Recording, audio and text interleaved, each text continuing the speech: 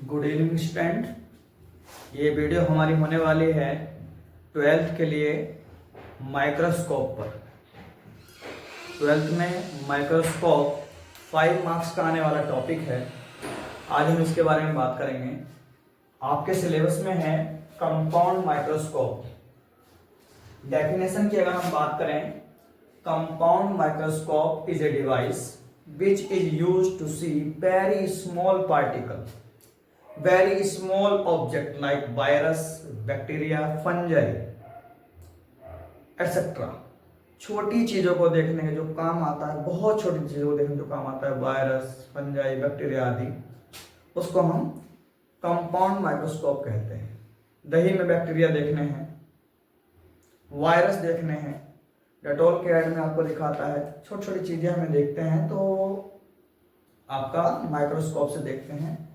Biology में इससे कुछ कंस्ट्रक्शन अलग होती है, फिजिक्स में हम इसकी प्रिंसिपल कंस्ट्रक्शन अलग पढ़ते हैं।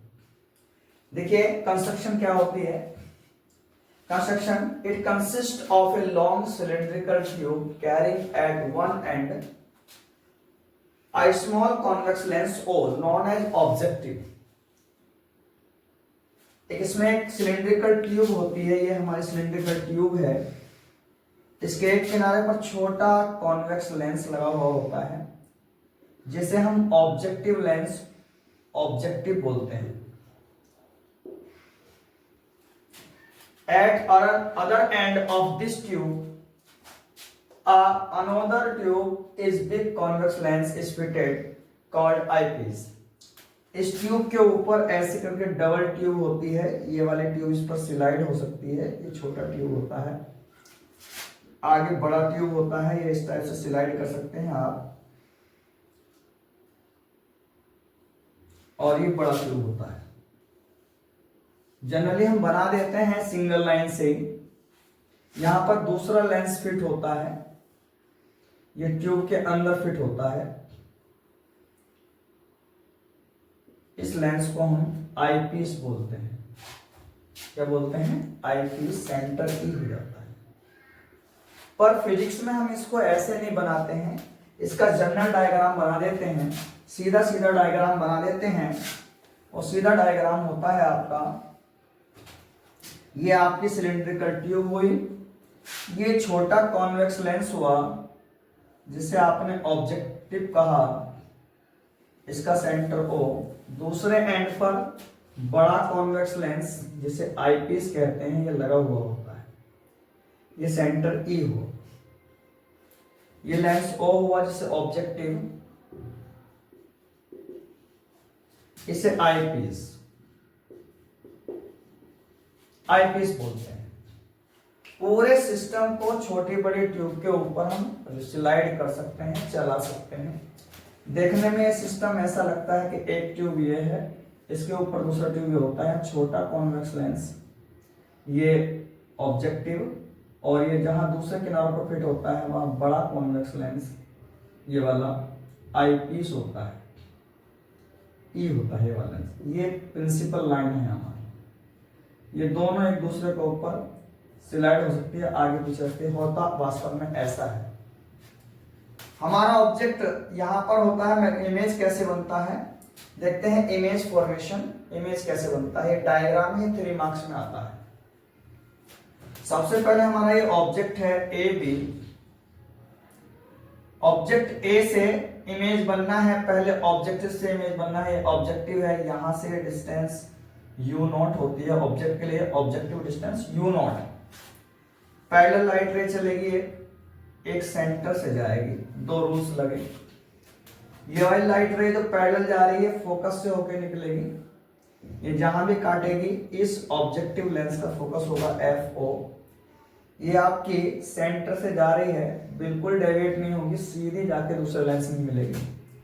ये दोनों रे जा रही, जहां इन दोनों रे ने कट किया वो आपके ऑब्जेक्टिव द्वारा बनाया गया इमेज है। अगर हमारा एरो हमने बी को कहा है, तीर वाला कोना ऊपर है बी, तो हमारा ये भी बी डैश रहेगा, और नीचे वाला बेस को ए कहा है तो ये भी एस रहेगा, ये ए डैश बी डैश। इस प्रकार ऑब्जेक्टिव ने हमारा ए बी का image A dash B dash पर बनाया। जैसे ये लाइट रेस हमारे लेंस में जाती हैं, लेंस इन लाइट रेस को रिफ्रैक्ट कर देता है, हमारी आंख पर भेजता है। यहाँ हमारी आईज होती है, यहाँ हमारी आईज होती है, यहाँ से हम आईज से इसको देखते हैं। ये दोनों लाइट रेस पीछे आती हैं यहाँ से और आकर के कहीं भी हमारी दोनों एक जगह मिल जाती हैं। इस एक्सिस पर कहीं भी दोनों मिल जाएंगी। आप चाहे तो डॉट डॉट से मिला दीजिए, चाहे इन डायरेक्ट लाइन से मिला दीजिए।